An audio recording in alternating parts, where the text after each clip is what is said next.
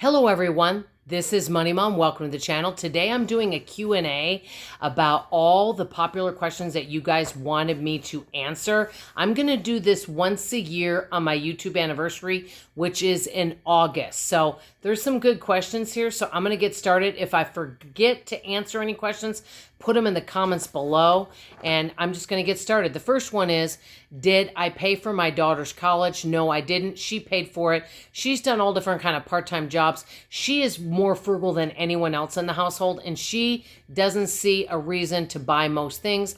And this is the thing. If she buys a shirt, she wears that shirt all the time. If she buys a pair of shoes, she wears them all the time. She is on, I wouldn't say she's a minimalist, but she definitely is on the kind of on a minimalist end, but she paid for all of that herself. No college loan, no debt. So that's number one. Number two, how did my hubby and I meet? I got married in 94. I was 29 when I got married, and my husband was 36.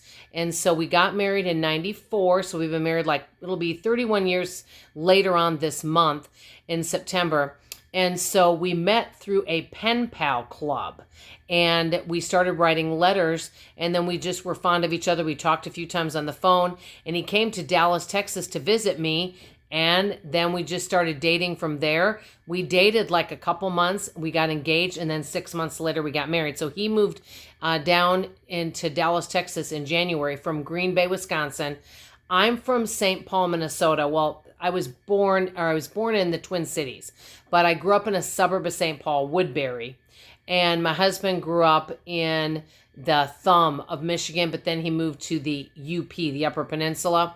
But then after that, he moved to Green Bay, Wisconsin. But we were writing letters through a pen pal club. And so then he moved down here. To be honest with you guys, I've never shared this. He does not like Dallas, Texas. He would rather live out in the country. He's never liked it, but I have so many connections here, that it would be a challenge to move for me. I've got a lot of good friends here, and I always tell you, my friends are my family. But so my husband and I will be married 31 years. We have one grown daughter who turned 27 in July. Okay, what was my most embarrassing moment? How long do we have? This could be a 5-hour video. First of all, when you have a mouth like mine and you don't have a filter, every moment can be embarrassing for me and for others. I will name a couple embarrassing moments. I have asked people, luckily no one asks me anymore because of my age, when am I expecting a baby? But I asked one person one time, I said, oh, when are you expecting a baby? Well, that was stupid of me. I was in my early 30s at the time when I asked her. Well, she wasn't pregnant. So that was embarrassing. Another embarrassing moment, and it's because of my size. I've been all different sizes. You guys know that have been with me for a while. I've been as low as 120, and I've been as high as 305. The most I've weighed since I've started this channel was 265, I think, or 266. But anyway, that was the highest. But when I was at one of my higher weights, I went to this Bible study, and we had to sit in these kids' chairs, and they wrapped around. Well, when I stood up, I couldn't get out of the kids' chair. Someone had to, pull the chair off me because it was stuck on my hips. I would say that was pretty embarrassing. You would think I would have broken the chair, but no. But I also, you should ask all my friends, what was your most embarrassing moment with Dawn? Has Dawn ever embarrassed you in public? You should ask all my friends that, because I am sometimes embarrassing. One of my friends told me the other day, though, she said, Dawn, I kind of miss how crazy and wild you used to be. I've calmed down in my older age, thank goodness for family and friends. It's really sad when your 7-year-old daughter says, Mom, your behavior's inappropriate. My daughter actually said that when she was 7. Okay, next question. What was laundry like growing up? They kind of wanted to know, how was laundry done? Growing up at the beginning, my mother used to hang clothes out on the line. I don't remember what we did during the winter, but I remember us hanging clothes up. Eventually, we started using a dryer. We just used a washer dryer. I've actually never washed my clothes at a laundromat before, so that's what we did. Also, this person asked if I've ever used vending machines. I have, but in my lifetime, I've rarely ever used any vending machines at all. I usually carry snacks with me everywhere I go. I could not even tell you. Literally, it has been years. I literally could not tell you the last time I've used a vending machine. That's how long it's been. Okay, did we eat out growing up? Do I eat out now? I occasionally eat out, but not that often. I don't have anything against it because, hey, there's some great restaurants out there. I just usually cook at home. And because when I'm not doing a product demo, I'm at home and I meal prep and put the food in these little meal boxes. It makes it convenient for everybody. And I enjoy doing that, and it saves a lot of money. Growing up, we ate out on special occasions. Let me ask you guys this. Do you remember a place called Farrell's? We had them in Minnesota, and I'll never forget this on my birthday. I would think I was in second grade, and I remember I was wearing a dress. I had this long, like, Cindy Brady curls. You know, my hair was done kind of like Cindy Brady, and it was reddish blonde back then.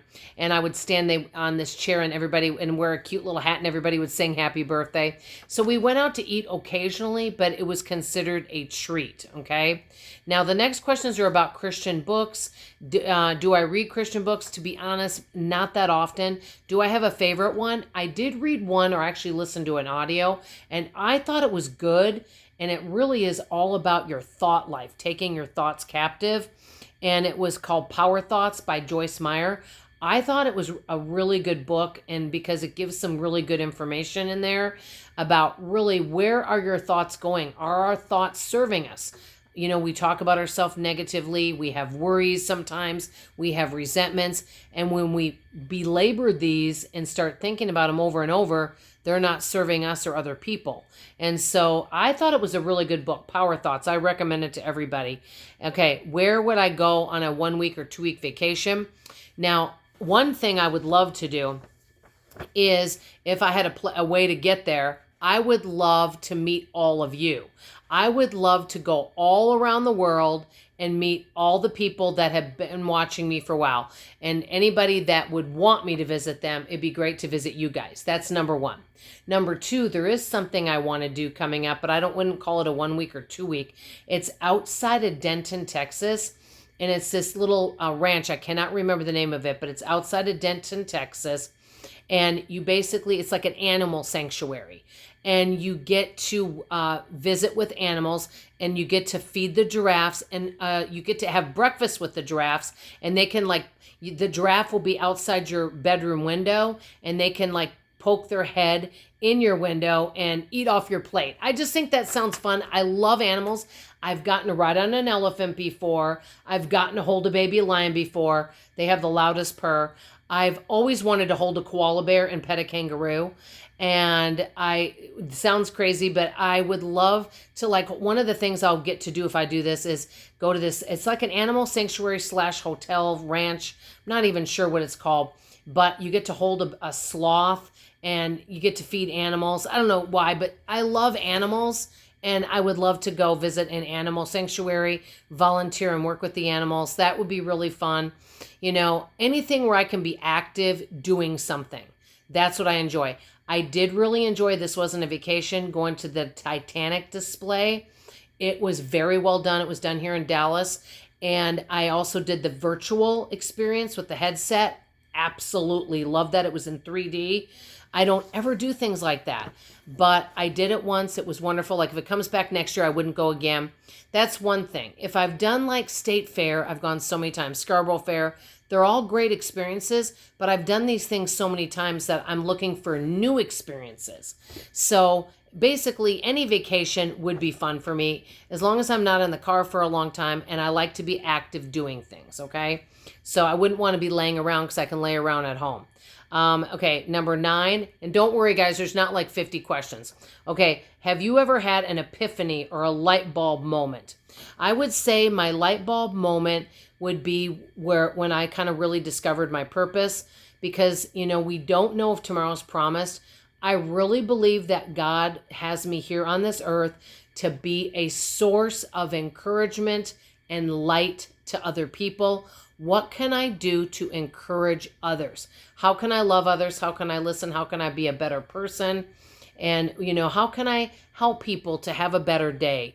And, when they leave me, how do they feel? Did I say something encouraging to uplift them in some way?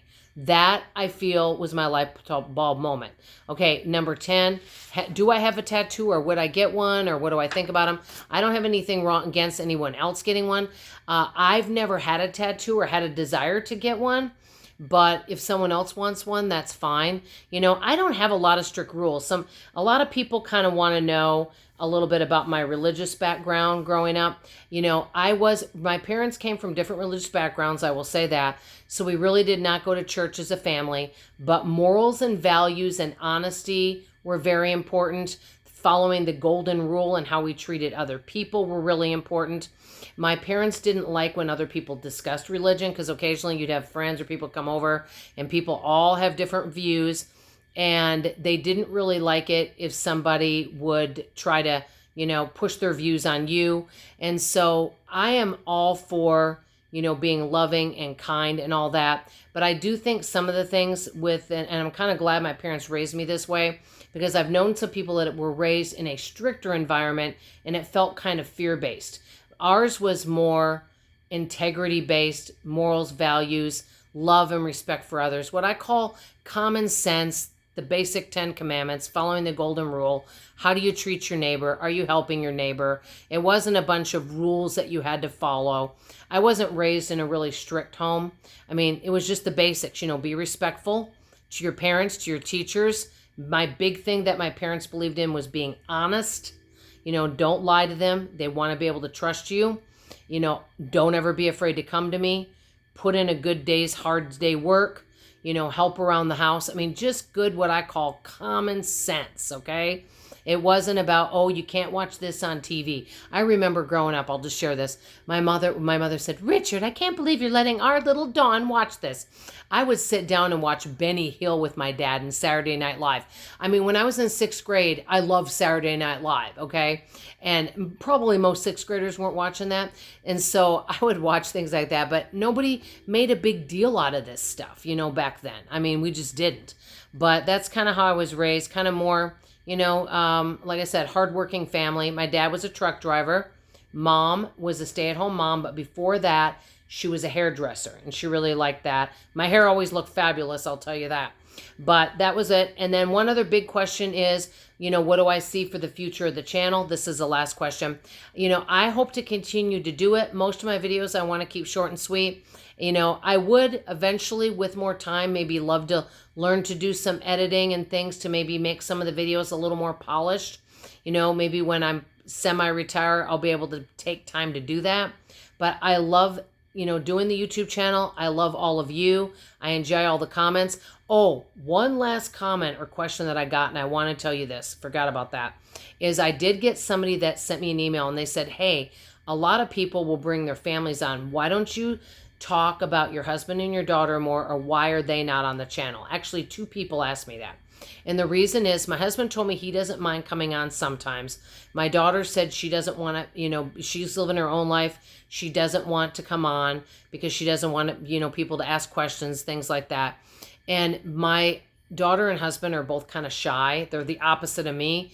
And I know if I bring people on, people may have questions, people may make judgments, and they don't really want to be part of the YouTube channel. So I wanted to be honest with you guys about that. I still keep trying to talk them into coming on because I'd love to. Now, my husband is a little bit more agreeable about it because I think it would make it more fun, a whole family experience, because, my daughter could share some of her frugal ideas because she actually is more frugal than me. And so, I think it'd be great. But they kind of want to keep private, and I think they've learned from me, and something I will share with you is this.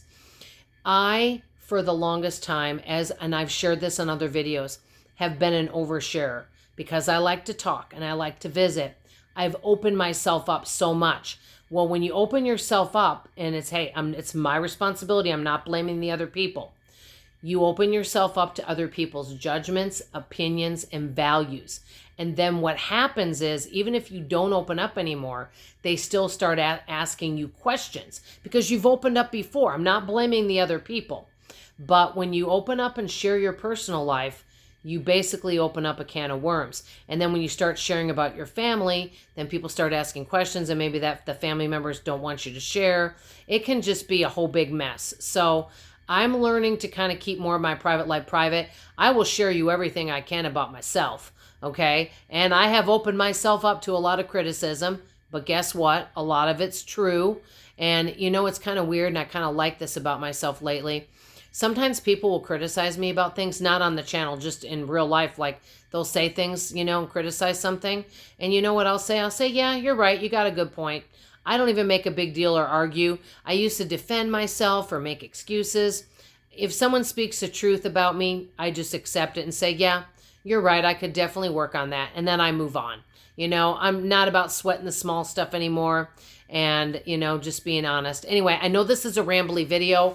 I normally don't do this. You only have me to do this once a year.